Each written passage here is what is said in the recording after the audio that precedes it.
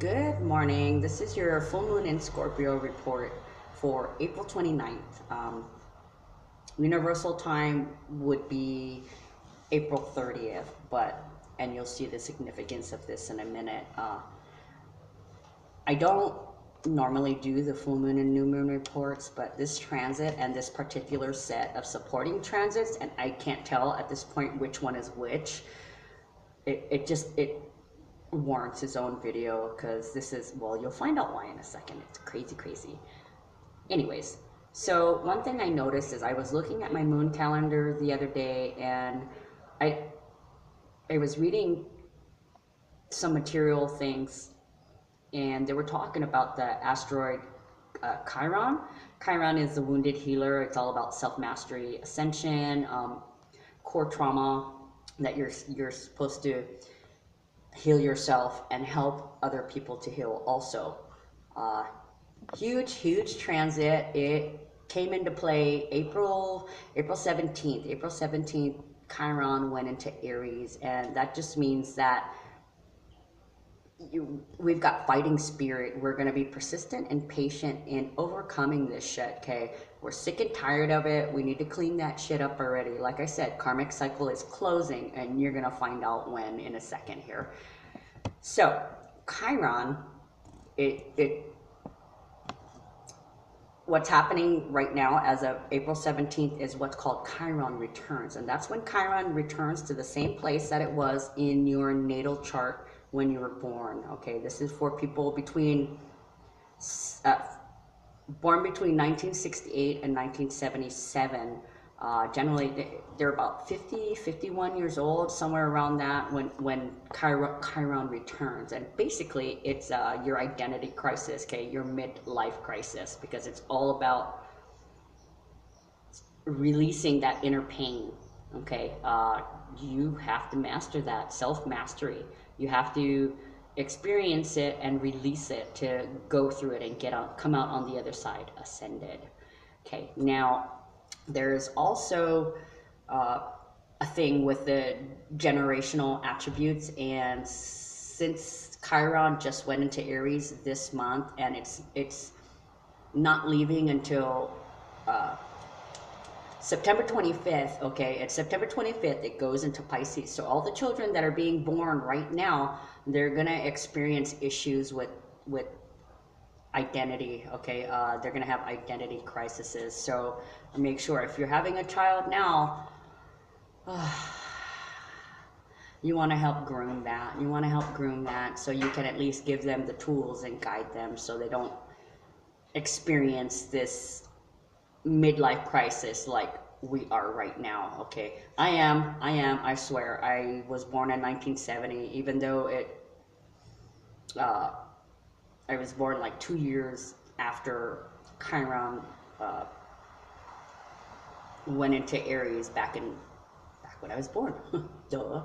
So, so Chiron being in Aries is that you will have restless energy, and it's not going to go away until you figure out who you are. All these transits that have been happening, the Mercury in retrograde, Pluto being the big planet of the year and being retrograde 3 times this year, and then we have the Saturn and Pluto, Saturn's retrograde, and then we also have like the Mars. Oh my gosh, there's just so much, okay? We're really being pushed by the universe to ascend and transcend. Okay, so the Pluto in retrograde, that happened April 22nd, and that was at 21 degrees Sagittarius. Excuse me, Capricorn. So 21 equals 3, it's the code of joy, and 21 also is the truth shall set you free, and it goes right along with the other transits that have been happening for the last couple of months. Okay, so you're going to be ambitious, and you're going to be patient about you're going to be, your mind's going to be expanding. Like I said, ascension. So this is another supporting transit, because I'm really feeling here, even though Chiron doesn't move for a while, because it's staying in Aries for so long, I feel like it's the main transit, and all the other ones are coming and going and swirling about it and helping to support it, but they're all doing the same thing.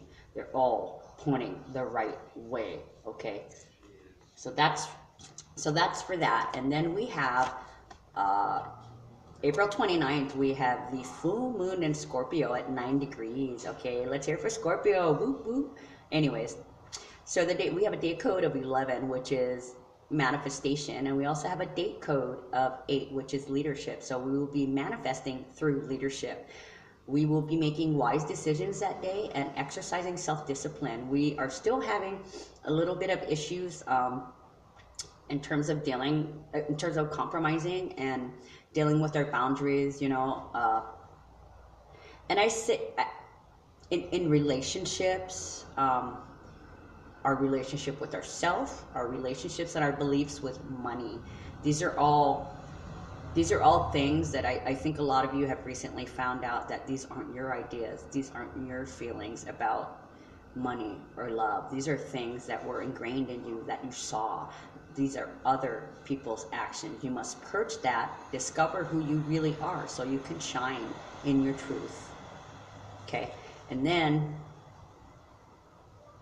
the thing about the full moon in Scorpio, it's okay, see, the full moon is a completion, a culmination, something coming full circle. And the moon is also emotions, emotional, subconscious, okay? And then on top of that, you have Scorpio, who is intense and brings clarity and sees clarity in the situation. So you're gonna have a strong inner core. You're gonna be very clear and motivated to purge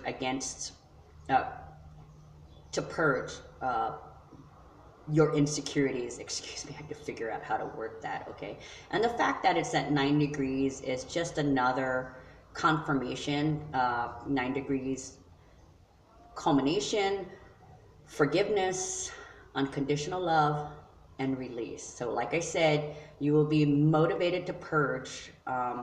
Your feelings are going to be intense, but you will have true clarity and make wise decisions. Your inner core will be really strong, and